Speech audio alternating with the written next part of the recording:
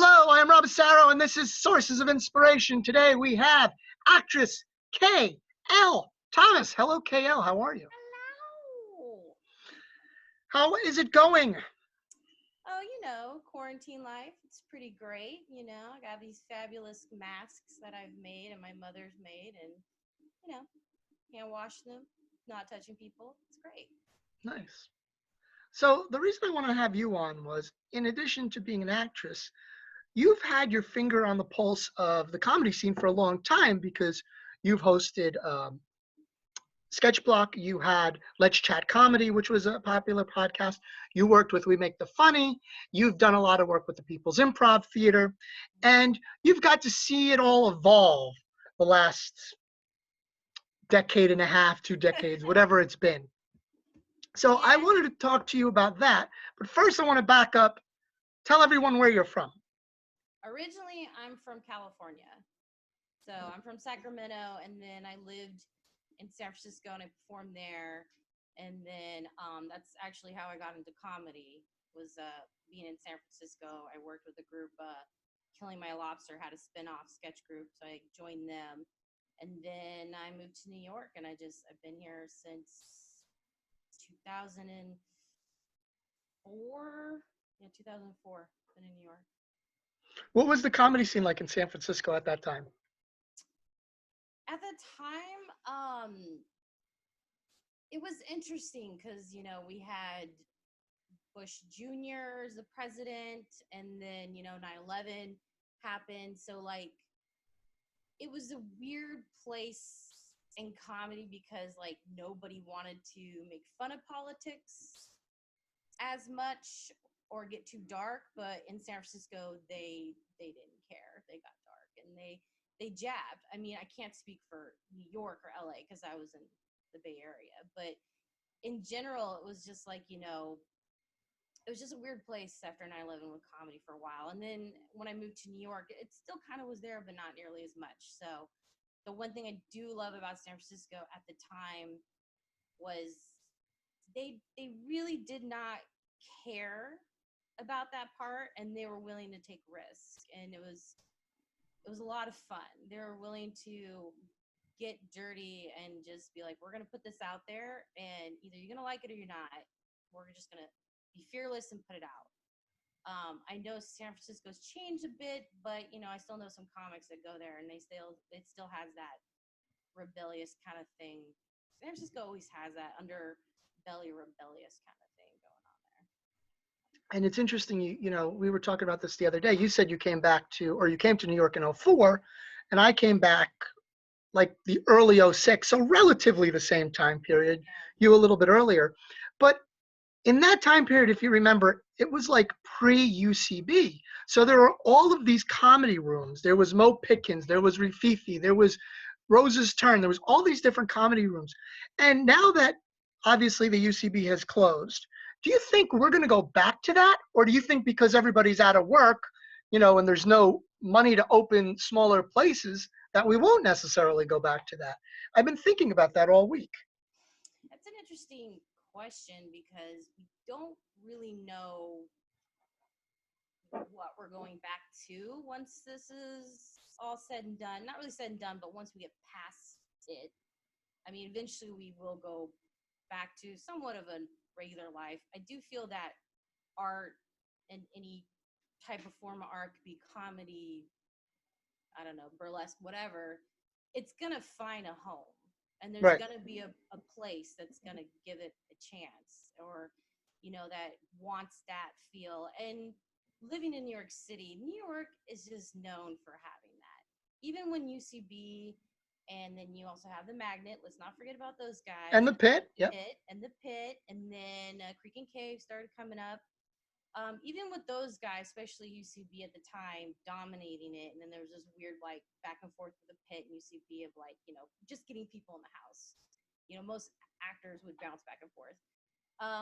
There's still little rooms like the Slipper Room, like there's like, you got your Village where it's like under St. Mark's and Crane, like you still have all these other Right. places. So And I love the UCB, but I kind of think it's nice, like that there's an even playing field. It's kind of, yeah. I like that aspect of it.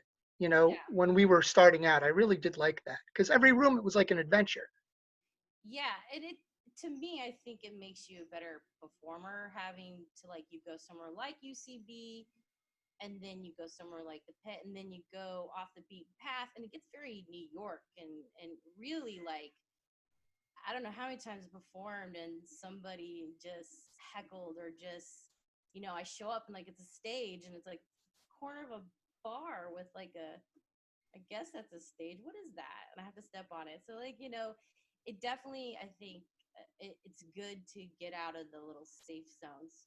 I'm not saying UCB and Pitt are safe. I mean, like, there's a lot of great comedy with you there and a lot of great stuff, but like, just venturing out and it just brings more layers to you as a performer and writer. I And it think was fun. I mean, it it was was really fun. fun. And I remember being really sad in like '09 when all those places, one after another, just started Yeah. closing. And it just was like, it just lost something, I thought. A lot of it had to do with rent. A Yeah. lot of them just could, and it had nothing to do with like, oh, these other houses are becoming this thing, which they were. But I mean, a lot of those guys would also like do stand up at those like Mo Pickens and stuff, and then go be in their improv group at UCB or whatever. It's a lot of it because New York rent just sucks and just Yeah. keeps going up and it's pushing people out. It does make it hard. Thank God for technology and social media because you could still produce a lot of your own things. It's just you got to learn how to like. It's just a new ball game. You just got to learn how to like. If I make this short, how do I use it with my social outlets? Which is been overdone, but at the same time, it's a good thing to have those social outlets. So we've gotten pretty lucky, I think. So when you came to New York in '06, was the first thing you ventured in was sketch comedy? Improv, Improv. UCB. Yeah. Well, when I was in San Francisco, my friend's boyfriend was like, I heard you're moving to New York. And I said, yeah. And he goes, you're not trying to go back to classic theater, are you? Because I used to do like Shakespeare and all that nonsense. I love all that nonsense. But it, in New York, comedy was just it, man. Like, Yeah. if you're going to New York, you want to do some comedy. And he was like, you should go, you should try UCB. It's a new thing. Because I moved upstate New York 2004, 2005. I was in New York City. And then before that, when I was in San Francisco, he's like, you should just check out UCB. It's a new thing. And he also like introduced me to the comedy Stella.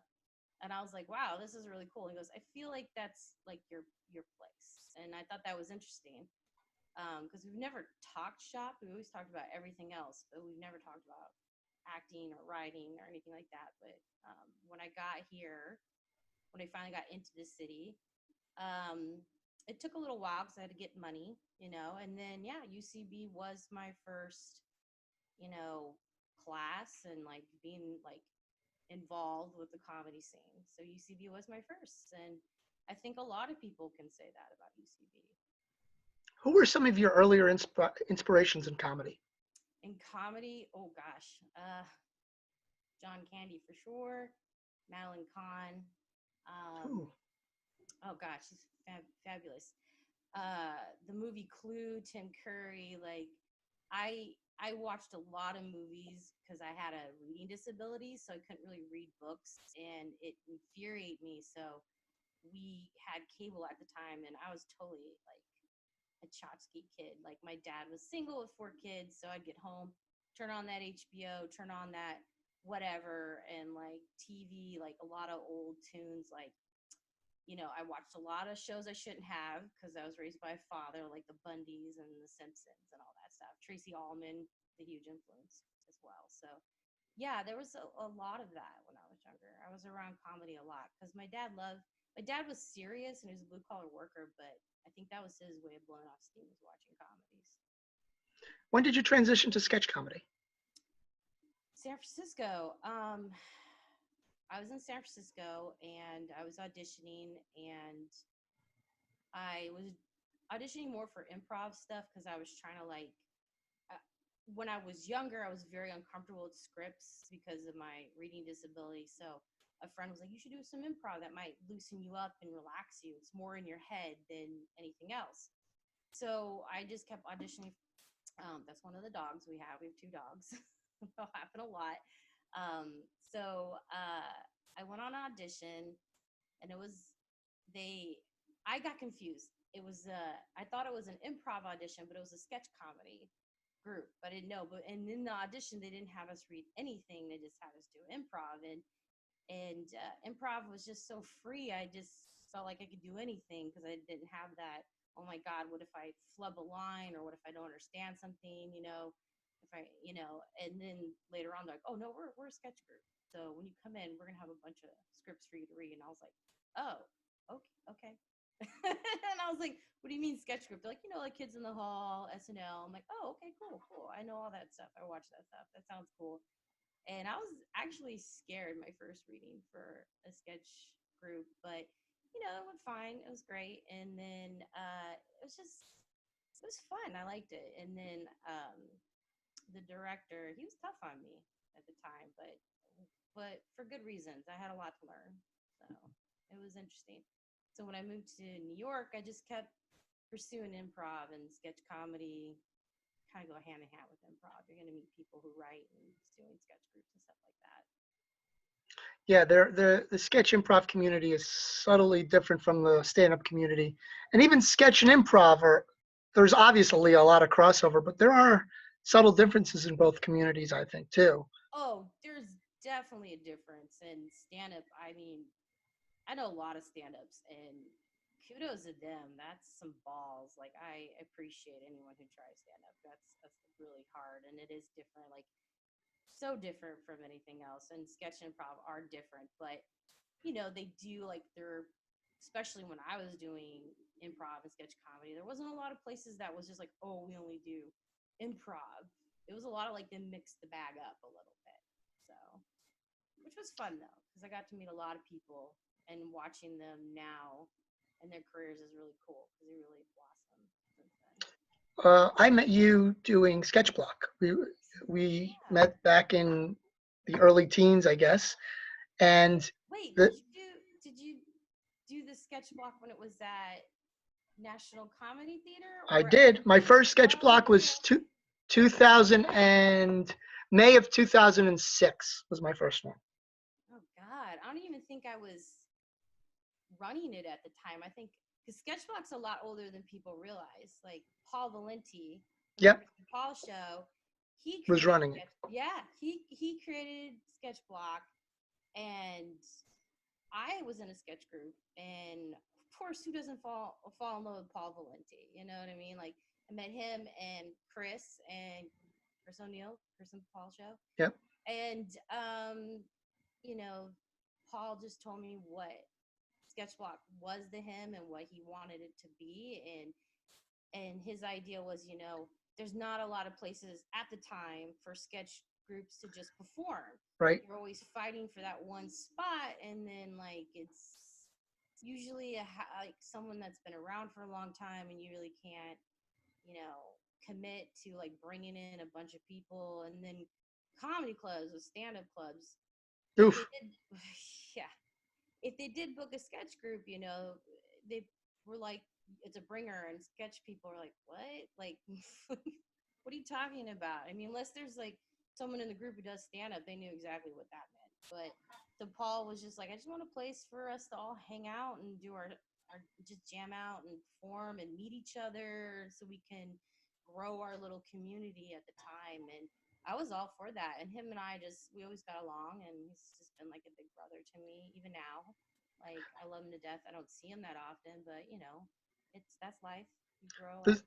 the sketch comedy community is, I always thought, very special. I mean, I'm biased. That's where I come from first, but everybody is very nice in the sketch comedy community, especially the independent sketch comedy community. I can't speak to the the ones that are based in theaters. I don't know those sketch groups as well, but the independent ones, everybody was always very warm and friendly and welcoming. And places like Sketchblock had that feeling of just like everybody was pulling for everybody. Everybody was interested in what everybody was doing, and there was a sense of excitement going on with Sketchblock.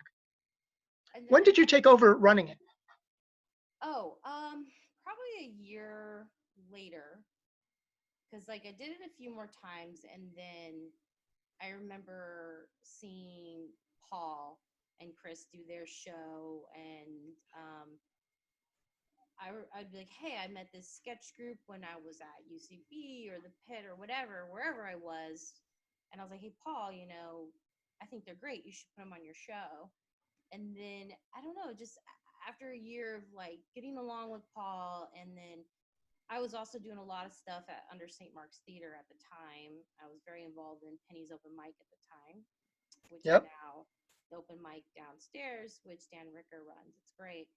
And I was there a lot, and I was just like, I don't know. And when you're in your 20s and you're in New York, and you're hungry, you just want to perform. So, I was just like, oh, Paul, check this out. Come to this or whatever. And it slowly turned into Paul's like, hey, do you want to help me, book acts and just bring people in?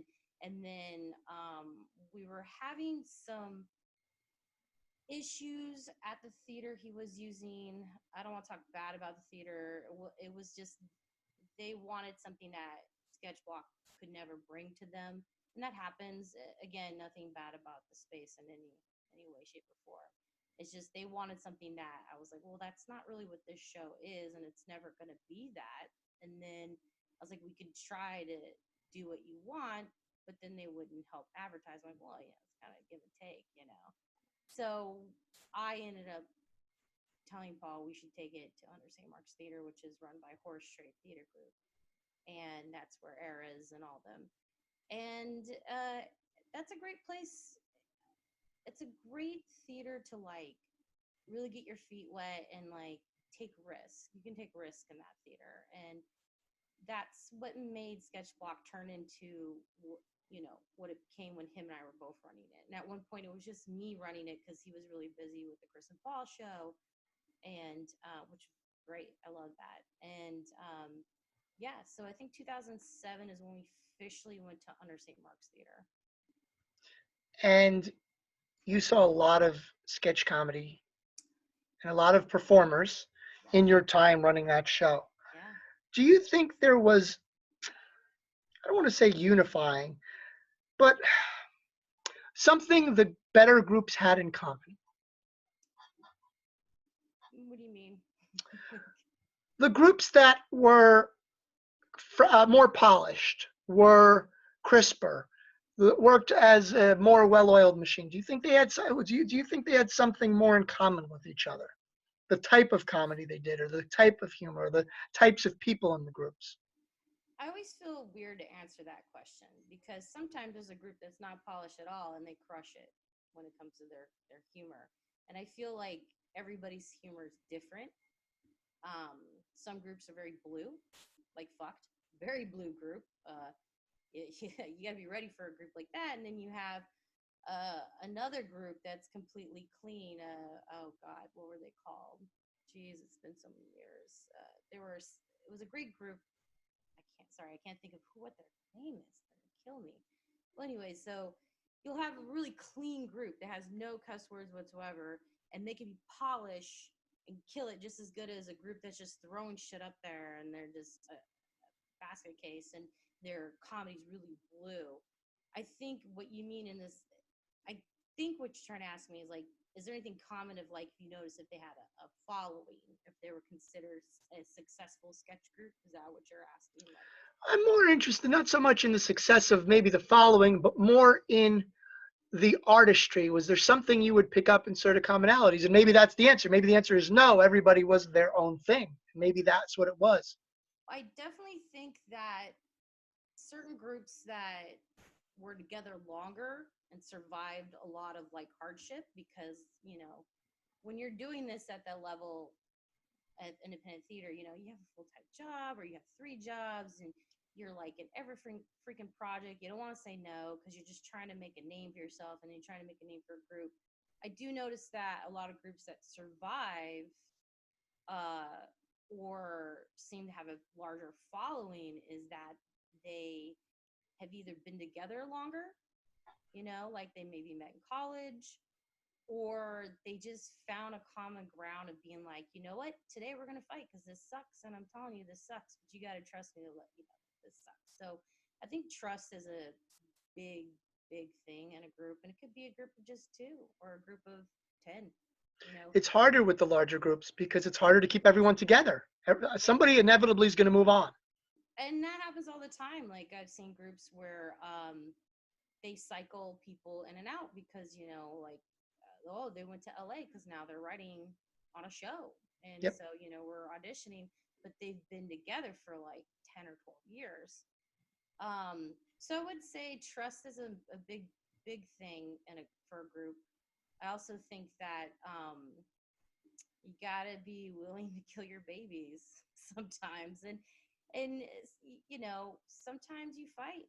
It's like a family, and then you just get over it and you keep going. So I think that if a group is just purposely being mean to one another or targeting someone, then that's not good. So I also think time. I think time has a lot to do with it. Um, if you're a group and you survive all the fabulous things that come with being a group, because it's like being in a band, like any other Yeah. kind of group. If you perform a lot together and if you're doing like the Pit, UCB, and the Creek, and you're going to the Magnet, and then you're going to like Norika's Cafe one day because they're like, well, let a sketch group do a sketch. And that happens a lot. We're like, we'll let a sketch group do one sketch and you can come in. And if you guys are doing it and doing it, you will get polished to whatever it is you're trying to make. And I think experience has a lot to do with that. And then sometimes you have to realize that maybe this group isn't working. Maybe like you met somebody, like Rob and I work great together, but I don't work good with these people. And sometimes you have to just admit that and like be professional and move on. What was the most rewarding part of running Sketchblock for you? For me, the most rewarding part was seeing other people start to collaborate afterwards. The point of Sketch Block, and it grew, and it's more rewarding to hear people tell me this, and I'm going by off of what they said, but for me, what I saw, people would talk and hang out afterwards after the show, and that was the point. And Under St. Mark's was great about letting us be there as long as we needed to, and the bar was still open as long as people were drinking, and people started connecting together. I would later on see people like actresses being in other projects or groups coming together to work together because they met at Sketchblock. And then I've even got pulled into a couple projects, and one of my friends got a nanny job. She moved to New York and she's a comic, and a friend was Jen Dodd was performing, a great character actress. She's in Texas with her husband, great actor and director Brendan. And her friend Pam Jones, who's a singer, she was in New York and she had to leave to go to the Carolinas, I think it was, to continue her career as a singer. And then Jillian Thomas, great comic, she just moved to New York from Canada and she was looking for a job while she was still performing. And she's like, hey, I'm a nanny. She goes, I was a nanny. And she got a job from hanging out at Sketchblock. And then there's people who just were like, hey, I wrote this thing. It doesn't really work with my group, and I want to film it. And then they'll be part of another group. They're like, oh, I'd be interested in filming that. So that happens a lot. And that happened a lot. And people would tell me like, oh, I met so-and-so. There's been couples that are now married that met at Sketchblock, which, to me, that was the best part, was like creating, collaborating, and being respectful. Everyone was always respectful. I never had a group that wasn't like that was disrespectful. I think maybe an individual once in a blue moon that would happen, and of course I could take care of myself. But overall, everyone was really respectful. Everyone wanted to be there, and there was sometimes people that did not do well, and no one cared. No one made fun of them. No one talk ill about them, and then sometimes those groups would come back and kill it. So, and it was a safe place to be, and that was the best part for me. Yeah, definitely. And after Sketchblock, what came next? Well, I got more into producing, and I realized that is not where I want to be. It's a lot of work. um, what was that? It's a lot of work. It is, and I mean, Sketchblock was, at the time I did that, and then I did the podcast for Sketchblock, which, boy, I was not ready for editing. That was an experience. Editing sound is very hard. um, I helped produce a web series, and then I helped produce a one woman show, and then I helped produce a play that I was also in, and it was supposed to be for one night only, and then it later on became like a month run.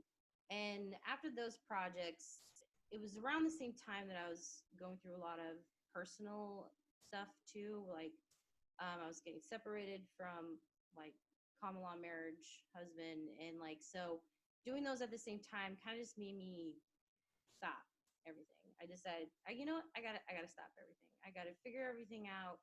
And then, I came to New York to be an actor, and now I'm just producing, producing, producing. And producing is really hard. And anyone that does it, hats off to you. And if you do it a lot and you like it, great. You have to love it. It's a lot of hardship. And, you know, sometimes you make a good choice and sometimes you don't. And it can cost you financially, it can cost you relationships with people. Producing is really, really difficult, and I don't enjoy it at all. So I decided to stop everything, and then I just left.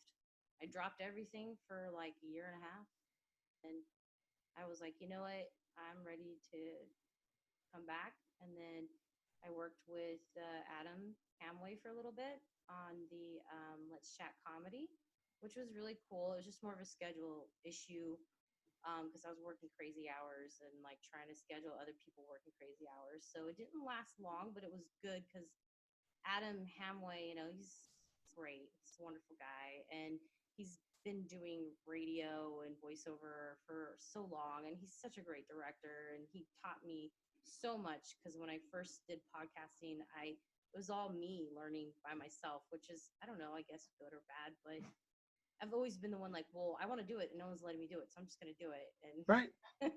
some hard lessons there. And it was good. And then I did join a sketch group a little bit, and just wasn't working out, and it was fine. And then we did the Pitt Sketch Festival, and after that, it was very professional, and I wasn't feeling it, and they weren't feeling it, which is totally fine. And then I ran into Karen and Lauren from R Bar, and I just started working with them, and I love it. It's been great.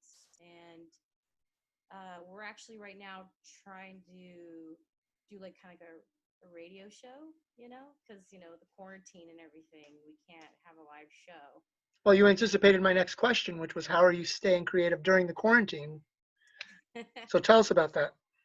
Well, it's weird because I was in Milwaukee, and I Nice was like, town. yeah, I want to go back during the summer because every time I go, it's like end of winter, beginning of spring, so nothing's really open. But I'm always working. But everyone there's always been really nice, and I found some great food. Love food. Um, yeah, Milwaukee's cool. I was there for a job. It's my second year doing that, and when I was there, it was like, oh, we're gonna be going into a state of emergency, and I'm like, okay. And when I got home on the 8th, I work at the Javits a lot, which is now a field hospital. So I was out of work. So I was out of work before everybody was. And then the theaters were all like, we're not, we're canceling, canceling, canceling. And so for the first part of the quarantine, I was just busy trying to get things taken care of. So like I went shopping, I did my taxes, unemployment. Thank God I did that because I did it before the rest of the state did. So like now everyone's just having a nightmare experience with it. So then I had all this downtime, and for me, I didn't do anything creative at all for the first month. I just kind of was like, okay, let me set a schedule for my dog and I, and just to keep myself sane. And then I started posting photos, and a lot of those photos were like of the past, just to make myself smile because like it's rough sometimes. Some days are great. Some days I'm just like, God, when can I just have a normal life again? So for the first month, I didn't do anything creative at all, and I didn't have a desire to. But then recently, I was like, maybe I needed that time to just slow down and stop and kind of just look at what I've done, what I want to do, and how do I get there. So now the creativity wise, now I'm starting to read more and starting to write. And I'm not really a writer, but I just feel like I need to flesh out things on paper. And then maybe that can be something down the road. I don't know.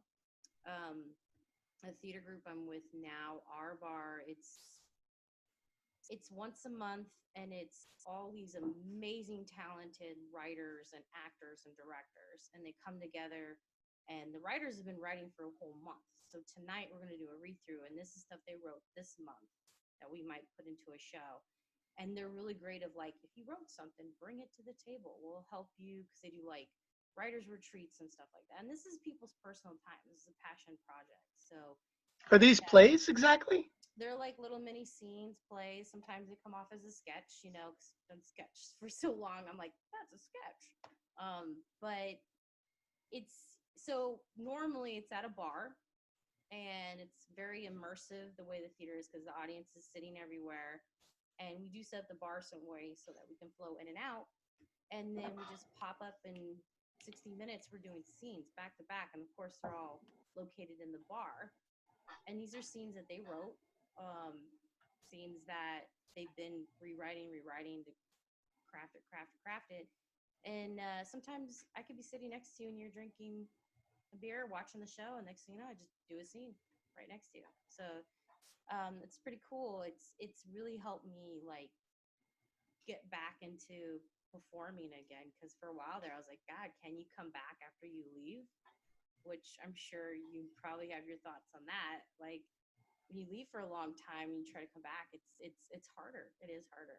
So It is. yeah. So I feel comfortable with this group. They're a great group, very talented people. They're from everywhere. They do plays, they do television.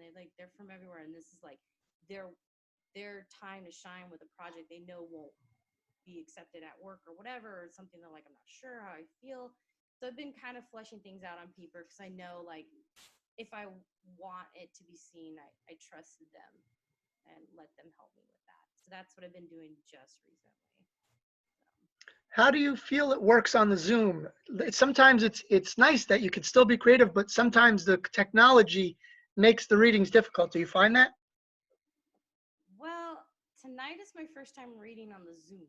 So Ah, okay. yeah, I done a lot of stuff on FaceTime, Hmm. and I have I've I don't know how tonight's gonna go.